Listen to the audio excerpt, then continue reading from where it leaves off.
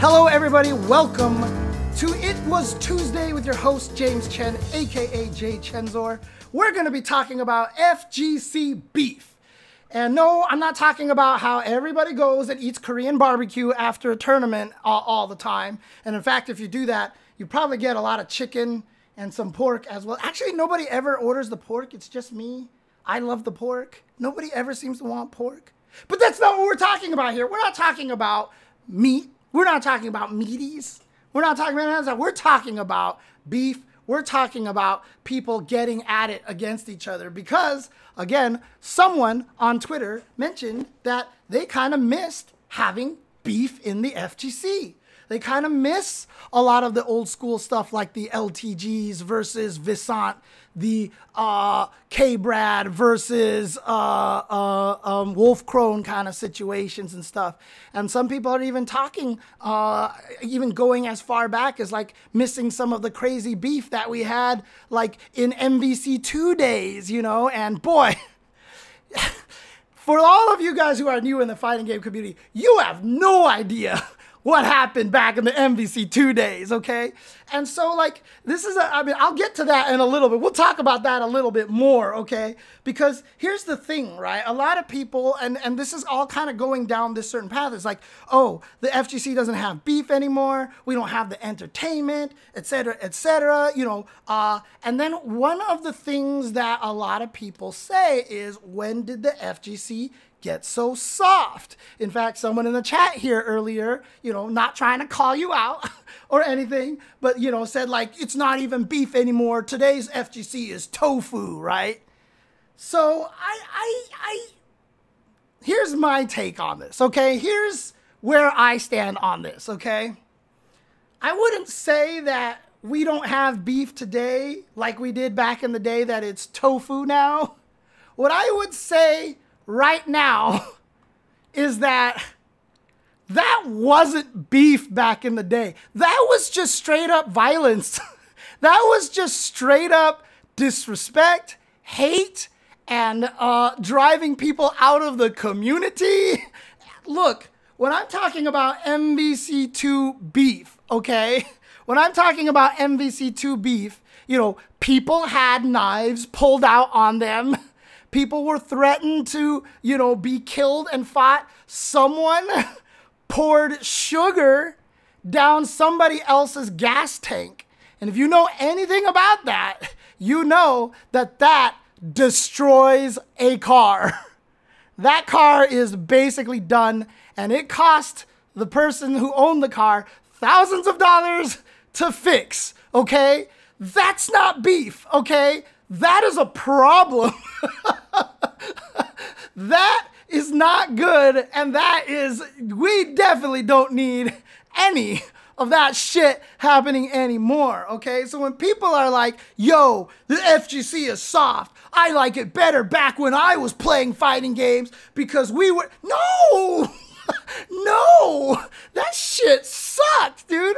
I shouldn't have to worry about needing to spend a few $1,000s on my car because I beat someone in MVC2. Like, that is not a thing that I should be worried about. So when people are talking about how, like, a long time ago, we were we went through the trenches and that's real beef. No,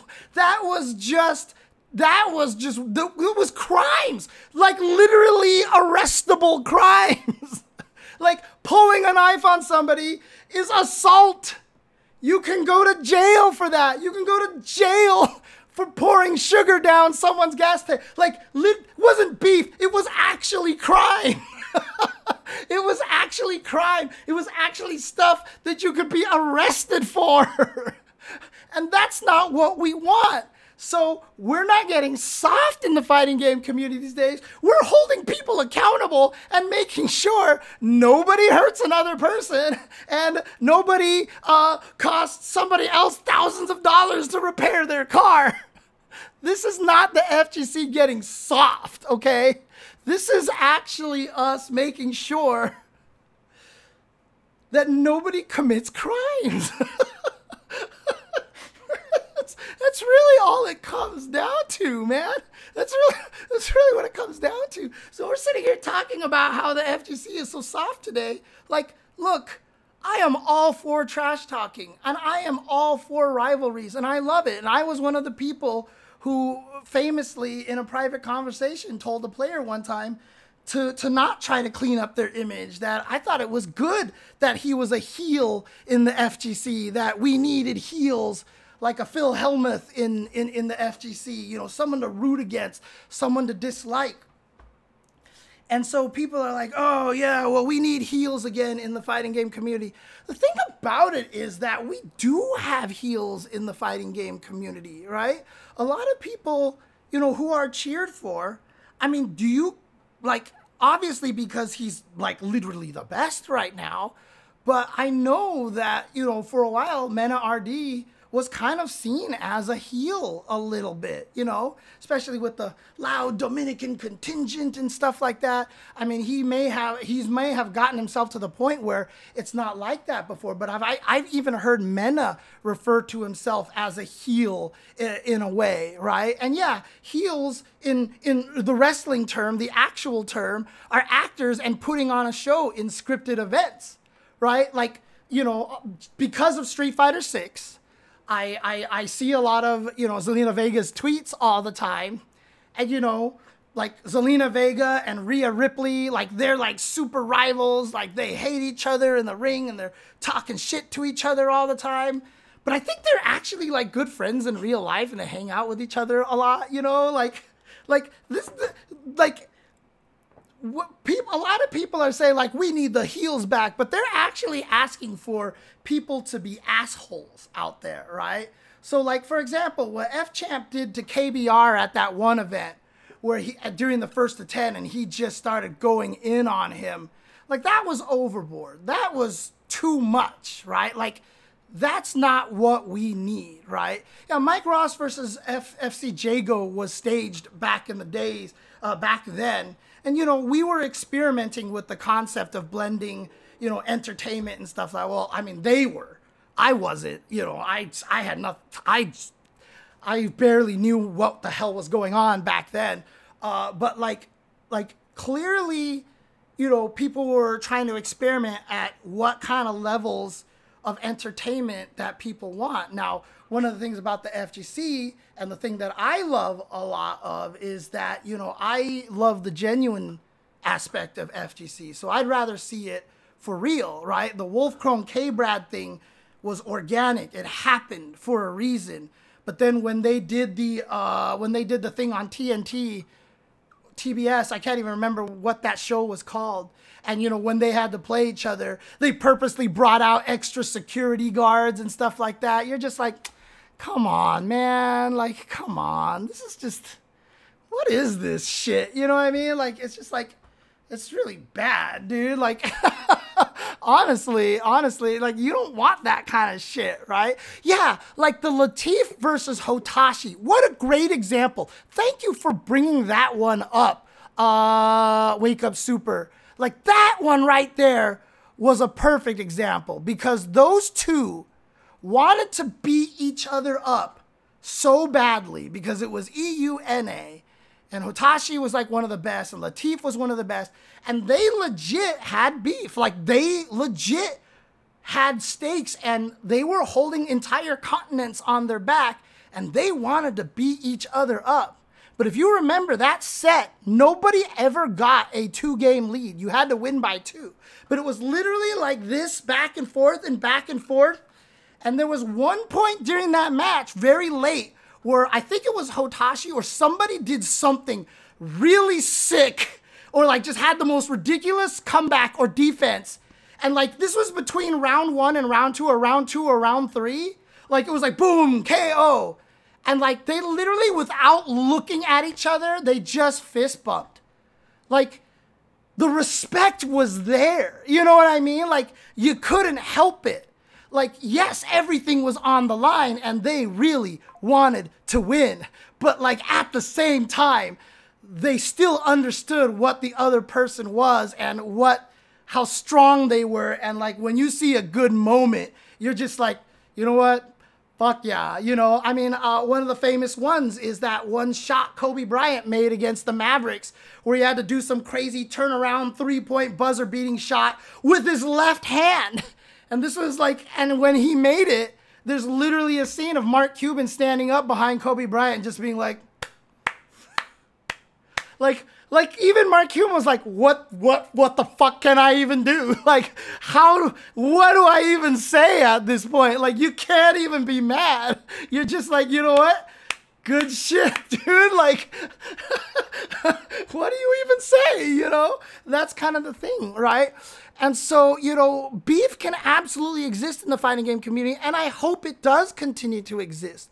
And we do have that beef, right? I mean, every once in a while, I mean, like, for example, early on in Street Fighter 6, even though Knuckle Doo and Punk were good friends, you know, talking to Knuckle Doo at one point, he was like, man, I can't beat Punk. Like, he just beats me all the time, and I hate it, you know? Like, that's kind of a form of beef right there. And I know people are like, God, that's nothing compared to what we want. You know, we've seen some stuff in the NRS community, and we've seen some stuff in some of the other scenes as well. But again, we just don't want it to get to the point where somebody's well-being is threatened, whether it's physical or psychological. Because again, that's not what we're about. Like, we can have rivalries, we can have money matches, we can have grudge matches. In fact, the entire Duck Doe Sanford Kelly is probably one of the absolute most famous money matches in the history of the fighting game community. And it was such, that was beef right there. That was beef,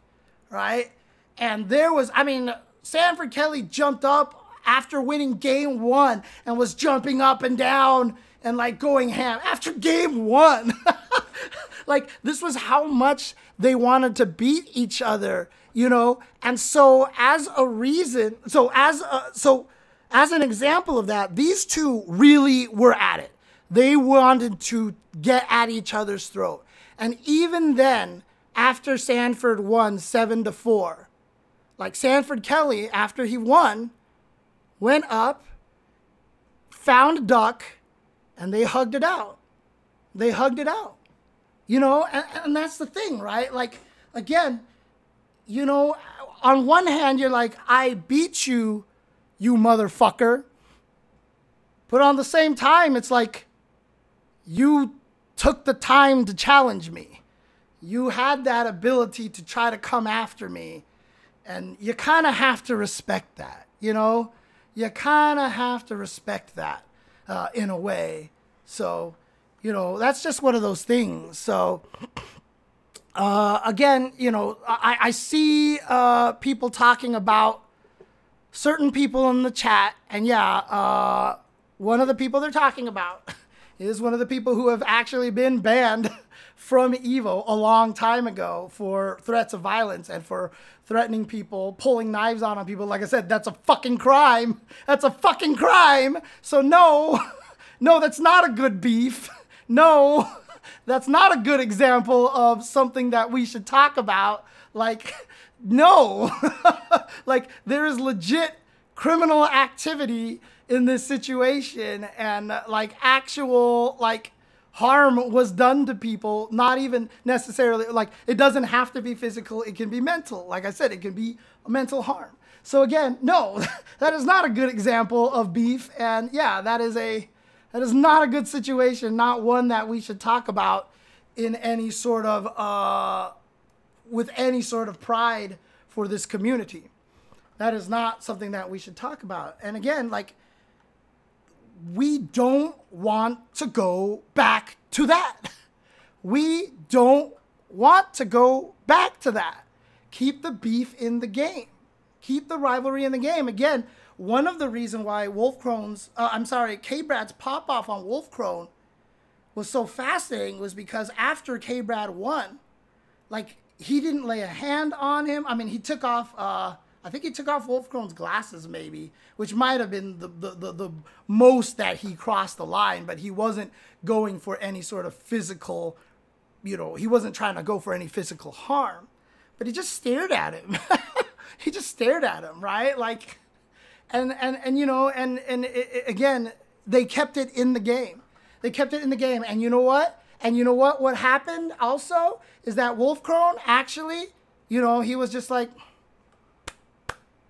he applauded K-Brad because he was like, you know what? I talked my shit, you beat me, and he applauded him, right? So that's just really what it comes down to. If it comes up again, I'll definitely mention it in the chat. So did Run It Black break Tekken Tim's controller? I didn't even know about that one, dude. I didn't even know about that one. Oh, man. And again, you know, one of the things I was talking about before we actually started this, I was talking about this to the Twitch audience here, between segments here, you know, I was talking about, you know, one of the reasons why, you know, I'm not like, beef is going to happen in fighting games. And why? Because fighting games are emotional, dude. It's hard playing fighting. It's an emotional thing because when you lose in fighting games, you can't blame anything else, right? The best you can do is complain about your character. You can complain about their character. You can complain about the sticks. And let me tell you, man, holy crap. Holy crap. This is one of the areas that people don't know anything about. They don't know anything about. When we used to play at the arcades, the sticks were to blame for everything. Thank God for bring your own controller, because nobody can say shit anymore about that. Holy crap. But yeah, also it's the setups, right? The setups. People talk about the setups. Now this is the new one. And there was the infamous story where I think they were playing Super Turbo at Evo. And like Vae and John Choi and some of the Japanese players are like, dude, this monitor lags really badly. We can't play Super Turbo on this. Can you replace this monitor? And Tom's like, the monitor is fine. The monitor is fine. And the player's like, we won't play unless you change the monitor. So Tom was like, fine. And so he actually took the monitor, replaced it with another monitor. He's like, so how is this one? And they all played it and they're like, yeah, see, this one is much better. This one's much better. And Tom was like, it's the same fucking monitor, so shut up. Dude, like Tom Cannon like bodied them so badly. Oh my God, because they were all like, like, dude.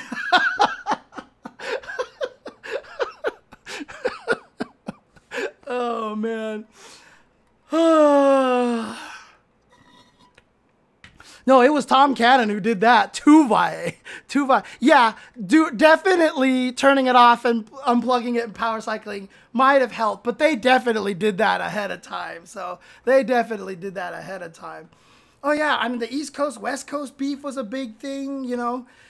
And again, you know, I don't see a lack of the beef. I mean, there's definitely still rivalries here, but, you know, the hard part about it is right now, one of the things that is going to affect beef, and people also have to understand this. One of the reasons why the fighting game community does not have as much beef as it was before is because the scope has changed.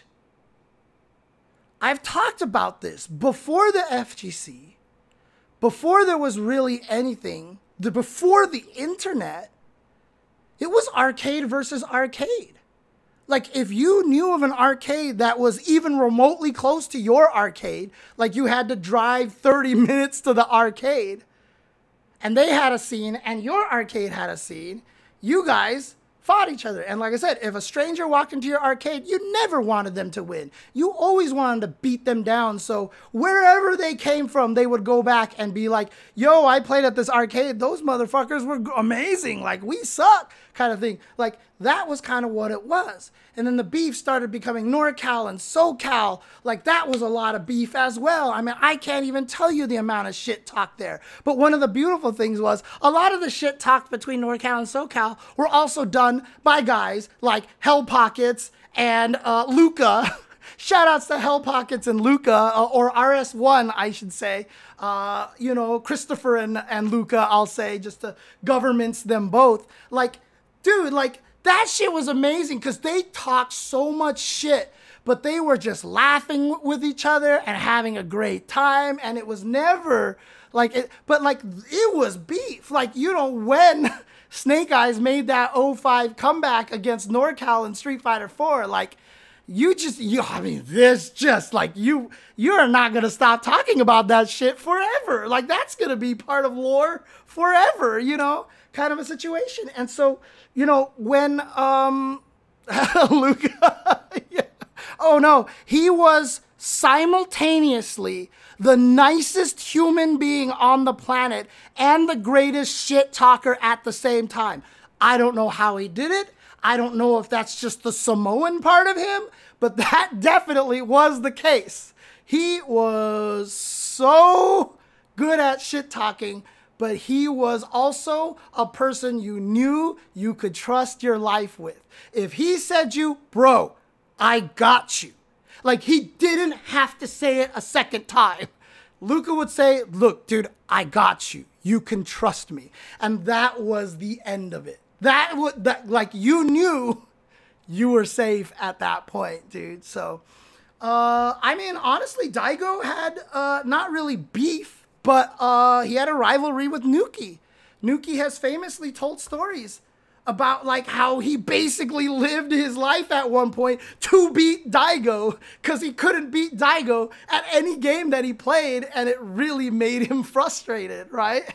Honestly, you know, so, I mean, it wasn't even, it was more of a one-sided beef, probably. Like Andy Roddick said, you can't have a rivalry if one of you isn't winning all the time. But, you know, it's just like that kind of stuff happens, right? And again, like, so my point being that the scope has changed, right? And then when it became East Coast, West Coast, you know, it got a lot crazier, you know, because we spoke the same language. We're all from the same culture, kind of. You know, obviously East Coast and West Coast very different behaviorally, and I could talk about that for like 10 hours. But, you know, still we were from the same country, so there was a lot of the same kind of, you know, mentality. There was a lot to go off of, you know, like, you know, of other public beefs and rivalries that you could kind of, you know, model your beef off of, et cetera, et cetera.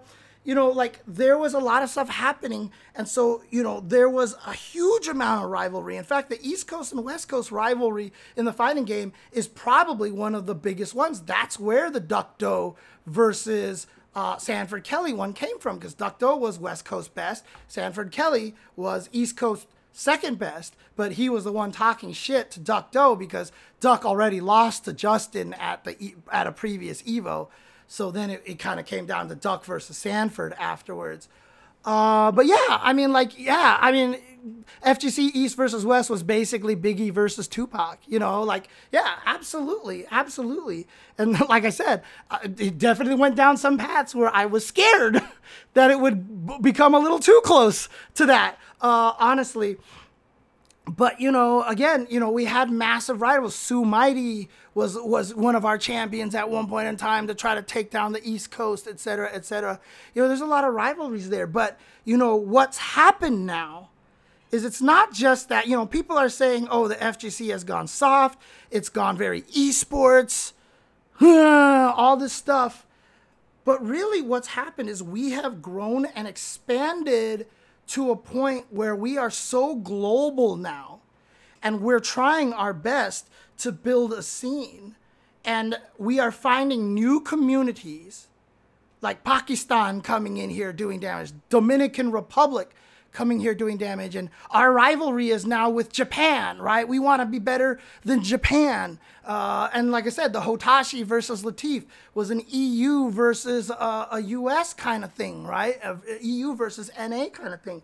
But the scope has expanded so much to the point that, you know, you're not, like, there's just so much more at stake right now. And so it's hard to really look at it kind of in the same way. You know, when we're playing, and again, this is what a lot of people are going to say is the weakness, right? We aren't playing for pride anymore. We've lost a little bit of that because we do have the crazy $1 million prize pools or the $10,000 prize pools and stuff like that. So obviously, you know, people are playing for kind of a different reason at the same time. But, you look at someone like Mena RD, and like, he's not lacking in passion. He's not lacking in drive, right? The money, I don't think, is going to change the way that he approaches the game or his pop-offs and stuff like that. He's still playing a lot for pride. You talk to Punk, and he said that he's told me that he would prefer to win an Evo over a Capcom Cup, because he feels like Evo has more meaning, it has that kind of history. It has that prestige to it. That's very, very different. So, yeah, I just don't think it's quite the same kind of situation that we're in anymore, so that I don't think the beefs can manifest itself in the same way that it could before. Like, I just don't picture it happening, because, I mean, this is going to sound stupid, but like, how do you beef with somebody who's like literally has the complete opposite sleep schedule as you? Like, are you really going to try to beef with somebody in Japan or beef with somebody in the EU when you're like, dude, you suck, I'm going to fuck you up in this game? I think he's going to wake up in like 6 hours, It's just like,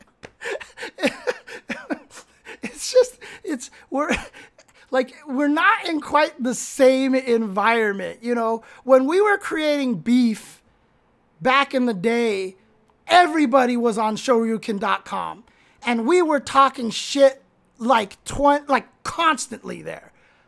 And then everybody would go to sleep, wake up, and then we'd just be talking shit. Like, we had that forum to do that. Like, the amount of shit talked on Shoryuken.com was ridiculous, dude. Tekken Zaibatsu, any one of those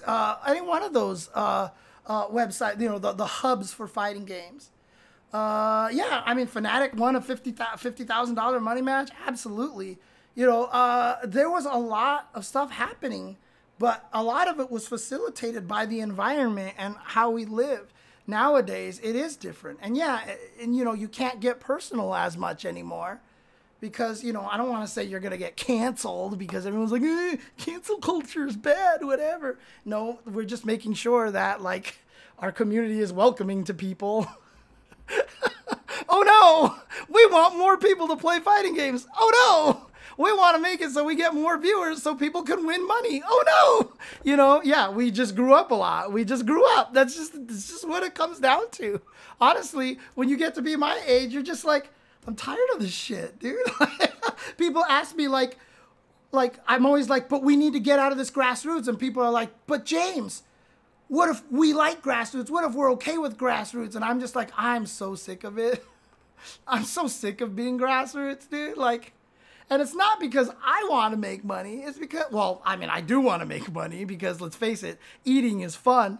But also, I want other people to be able to make a living off of this. I want people to have a career to go down that. If you play a lot of fighting games, you can become an analyst.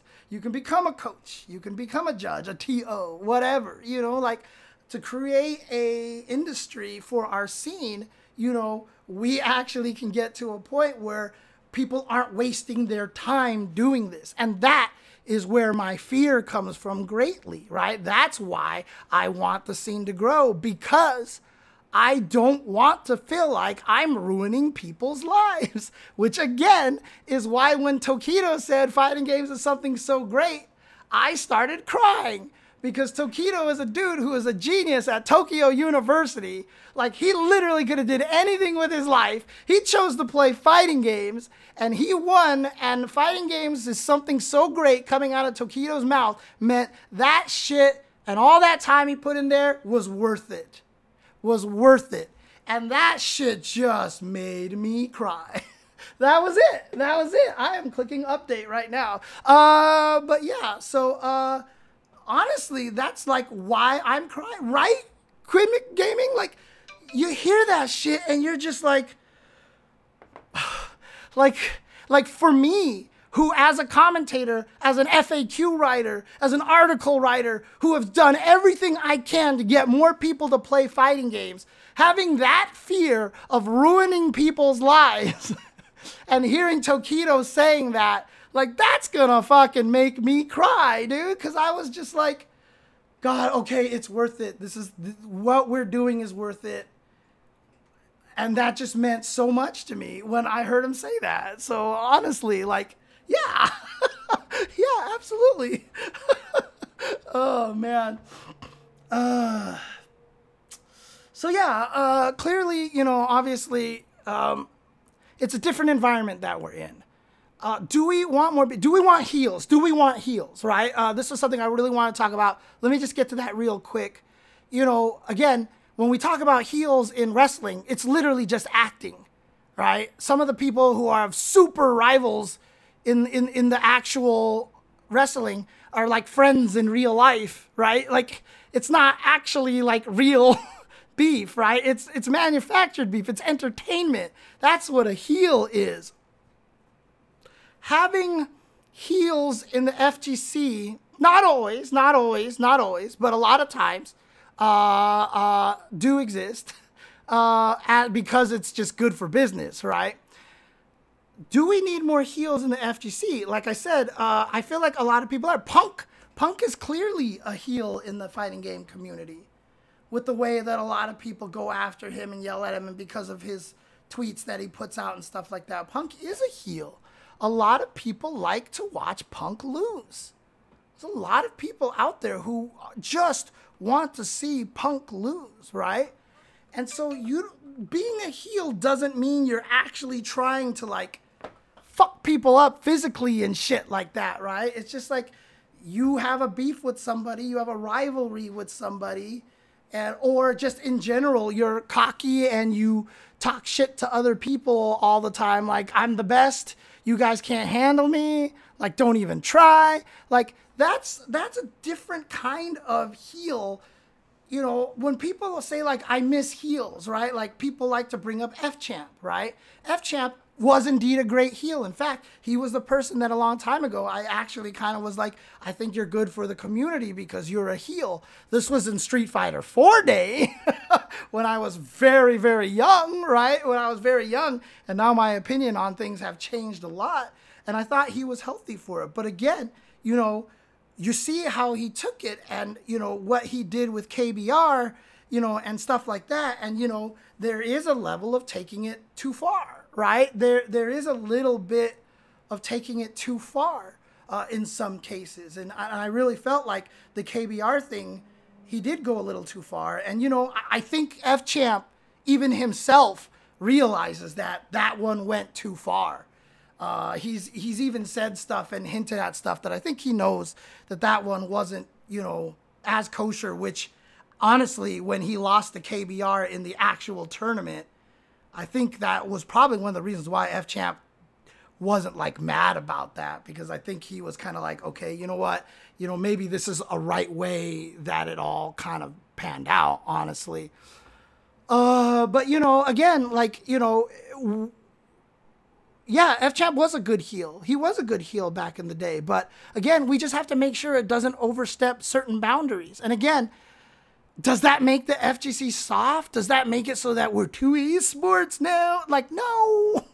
No, it's just we don't want people committing crimes. Like I said, pulling a knife on somebody is assault. Like, damaging someone's car is actually an arrestable crime here. That's an actual problem. Physically threatening other people is a crime. You know, like insulting someone because of their gender or their sexual preference or anything of that nature is literally a crime, right? Like these are things that shouldn't happen in the fighting game community anymore.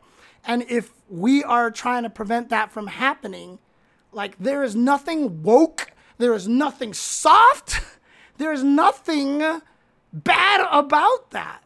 That is the right thing to do.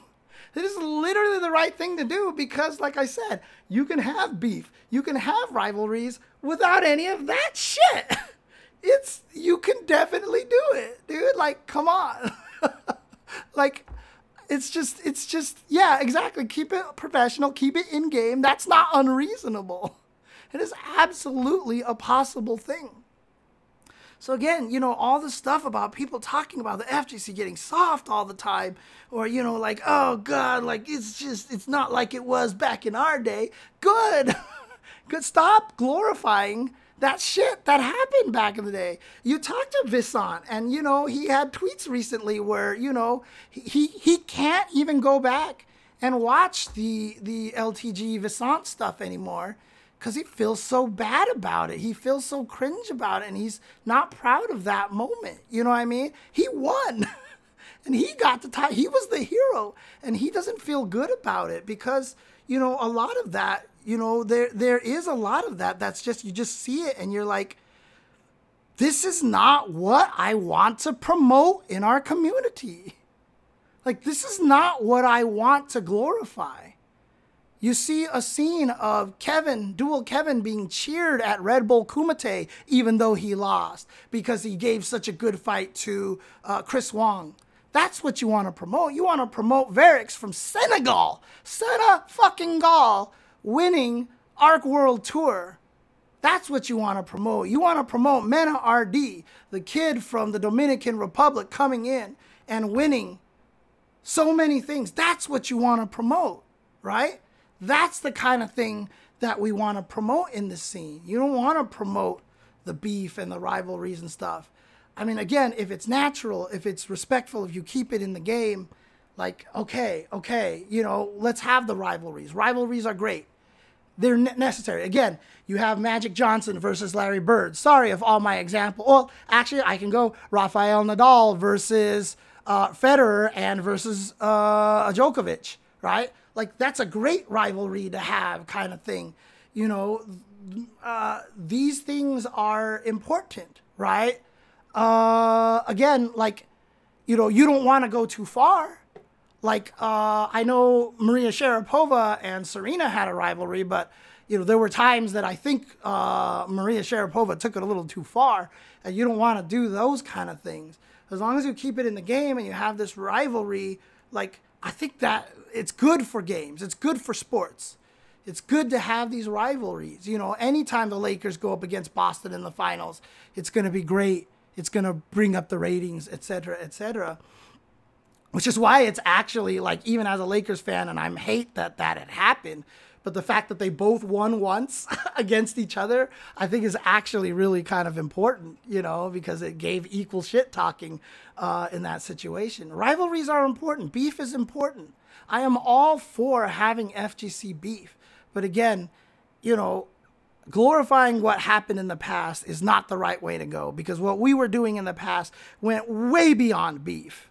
Like someone in the chat said, it was just the whole fucking cow at that point in time, right? Like it was just, you know, it wasn't even beef at that point. You were literally just going straight to the bullshit, right? Like it just wasn't something that we want to go back to. There's nothing to glorify about what we did in the past. You glorify it because you lived through it, you survived it, and you made it through it, and you have, admittedly, some very formative memories from it. You do. Like, you don't forget that shit, right? Especially if you win a money match against somebody who is your rival. You don't forget that kind of shit. And you don't forget about, you know, the bonds you gain with the people who are on your side, you know, the camaraderie that you create in those kind of things. It is very formative. And there is a reason why people who live through it glorify it, because it shapes you. It makes you a lot of who you are. And so there is a very high level of pride having lived through it, saying, I survived that. I made it through. I was tough enough to make it through that. And so, yes, it is very easy to, having gone through that, to see what's going on right now and just being like, this is soft, this is weak, I'm not for this. This is not my fighting game community. And it's very easy to go through that. But again, they grew up through something different. It was a very different situation. There's a reason why the fighting game community was called poverty, because, you know, it was just about that pride, you know, it was about showing that you were better than other people. And so it was a very, very different kind of scenario. And we can't compare what's going on now to then and just say, because our beef is different, that we're softer. Like, we're living in a different situation. There are lots of people watching. The companies that are making our games are paying attention to us. They're actually running world tours. Like, back then, if Capcom even said, "Hi, FGC," we would have all fucking shat ourselves, dude. Like, if Capcom even said one sentence, like, "Hi, fighting game community," or showed up on AGSF2 and was like, "Sup," like, dude, like, the amount of people that would have just gone insane would have been massive. We didn't have any of that back then. We're in a different era right now. And so it's just going to be a different kind of thing. Wanting to have the same kind of beef that we had in the past is unrealistic. It's also immature, and it's also not responsible. We want to be a different scene than that. We want to be a different community than that. And I think that's admirable. We are not being soft. We're not being woke. We're trying to make it so as many people can enjoy our hobby as possible and have joy out of it, and so that they can experience some of the same amazing things that we experience out of fighting games. In the end, we want people to enjoy and have the same kind of experiences that we have. And that's what it comes down to. If you want to call that woke, fine, I'm woke. If you want to call that soft, fine, I'm fucking soft. Whatever you want to label it to try to turn it into a negative, you will never convince me that us trying to turn the fighting game community into something more welcoming for more people, and to have no discrimination against who you are, where you're from, what color your skin is, what your sexual preference is, or whatever, you will never convince me that I am doing something soft or that I am doing something wrong. Okay? Yeah, I mean, it's the same strategy, right? People who don't like wokeness, you turn every white knight. That's the other one. Fighting for equal, gender rights. You're a white knight. Fighting for now every other sort of minority. You're woke. Like, it's the tactic. You turn what people are, the good quality, you turn that word into something bad. And that's how you try to fight it, because now you can't use it as a way to promote yourself anymore. And that's why woke became negative, because people started to use it as an insult, and it's a strategy. It's SJW a few years ago. Yep, it's literally a strategy to de-glorify things that should be honorable, honestly. So that's, again, sorry, I don't want to get too political here. Some people are going to be like, "What the fuck, James?" But if you didn't know this about me to begin with, I don't know. I don't know if you've been living under a rock, okay? It's just like, come on.